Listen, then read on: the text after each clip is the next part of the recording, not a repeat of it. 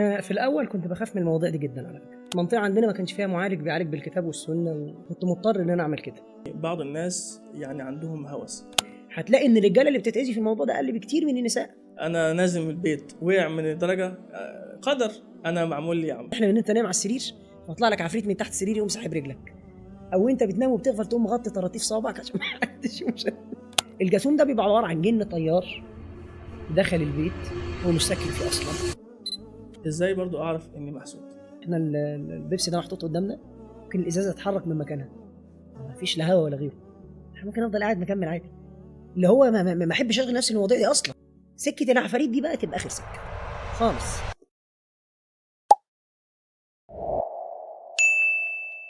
الجاثوم، إيه هو الجاثوم؟ وإزاي برضو أعرف إن ده جاثوم؟ أنا قمت من النوم، زي هو طبعا بيجي وأنت نايم، فأنا قمت إزاي لما أقوم من النوم أعرف إن ده كان جاثوم مش حاجة تانية فيها تخيل أو شيء تاني؟ وإزاي أعالج نفسي منه؟ الأول إيه هو الجاثوم؟ طيب، الجاثوم ليه شق تبع الطب النفسي المخ والاعصاب، والشق تبع العفاريت. انا بقول عفاريت عشان واخد على المصطلح ده. انا اي حد ممكن يكلمني في سحر او مس ده بالنسبه لي كله اسمه عفاريت، شغل عفاريت يعني. فليه شق نفسي تبع المخ والاعصاب، وليه شق تبع العفاريت. الشق النفسي ده تروح لدكتور مخ واعصاب، هو بقى يدرس بقى يشوف الموضوع في ايه، يحلل له، يعمل له اي حاجه. ده مش مجالي، مش تخصصي. الناحيه بتاعت العفاريت دي بقى، الجاثوم ده بيبقى عباره عن جن طيار دخل البيت هو مش ساكن فيه اصلا. دخل البيت كده بسبب طبعا ضعف تحصين البيت. النبي صلى الله عليه وسلم قال عليكم بسوره البقره فان قراءتها بركه وتركها حسره، وتركها حسره ولا يستطيع البطل اللي هم السحره. البيت اللي فيه القران الجن بينفر منه. فجن معدي فاضي، ملوش لا شغلانه ولا مشغله، لا بيت فاضي، فاضي من القران يعني، وقلوب اللي فيه فاضيه.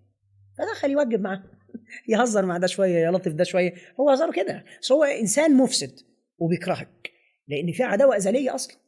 هو مش ابليس امر بالسجود لادم من ضمن الملائكه فرفض، فهو الجن شايفك في مكان اعلى منه اصلا. انت في المقام اعلى منه، وفي المقام الانسان اعلى من اي مخلوق. حتى ان العلماء دخلوا في تفصيل بقى، الانسان افضل من الملائكه والملائكه افضل من الانسان.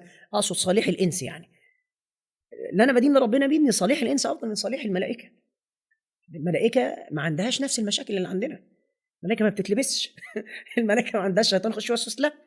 الملائكه ما عندهاش شهوه بطن، لا ياكلون، ولا شهوه فرج، لا يتناسلون. انما الانسان عنده كل الحاجات دي كلها. فالانسان اذا تغلب على ذلك وصل الى قريب من مرحله او من رتبه الملائكيه فهو افضل من الملائكه. ذلك النبي صلى الله عليه وسلم افضل الخلق، والنبي انسان، والملائكه ملائكه من نور.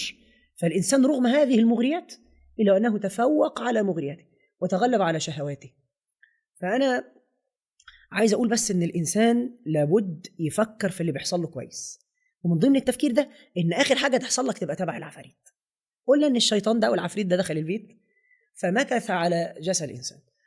اغلب اللي بيشتكي من الجاثوم في الغالب بيشعر بصوت او بيسمع صوت عامل زي صوت الطيارات الحربيه ومعديه من فوق البيت.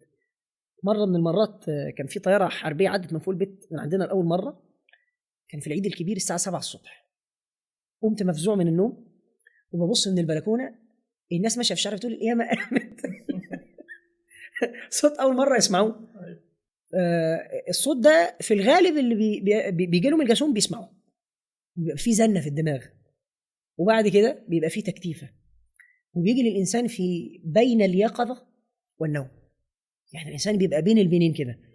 وبرضه بالتجربه من خلال خبرتي في الموضوع ده ان ايسر وقت الجن ممكن يتغلب فيه على الانسان الحاله اللي هي بتبقى ما بين اليقظه والنوم دي. الانسان ما يبقى عامل زي السكران، اللي هو لا هو نايم ولا هو صاحي، فعمال بيخطرف يقاوم النوم في نفس الوقت بيحاول يتعلق باليقظه، بيتشبث بيها. فالشيطان يجي يخش له في الحته دي بيبقى ضعيف جدا.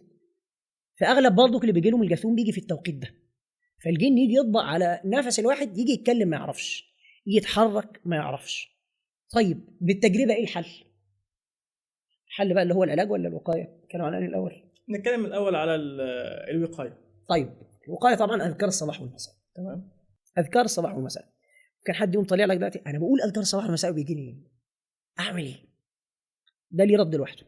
وممكن واحد تاني تبقى اساسا عنده مشاكل في البيت وفعلا ممكن يبقى في سحر في البيت او في مشكله. بس انا مش على سوره البقره وبرضه بيحصل. مش قلت لي سوره البقره بتحصن؟ ولا انتوا بتضحكوا علينا ولا بتقولوا ايه؟ طبعا بس ده هتاخد جزء كبير قوي من الرد صراحه.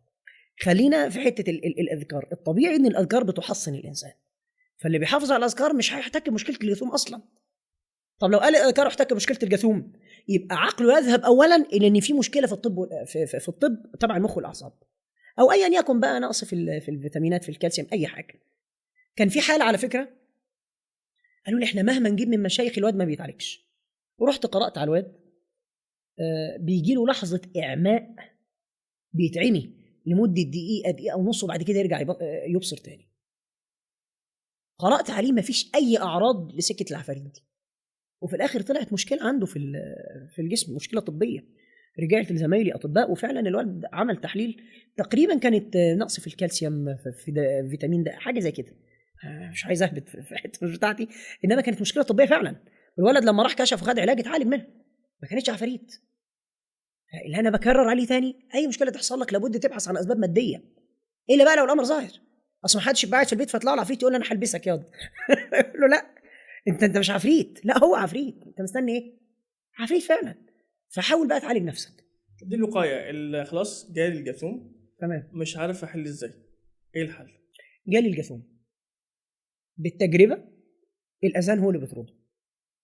ان الانسان ياذن. واحد هيقول لي طب ما انا لساني بيبقى، ايوه انا عارف، اذن في سرك. مجرد ذكرك للاذان في ذهنك ده بيصرف الجاثوم، بيصرف الجاثوم.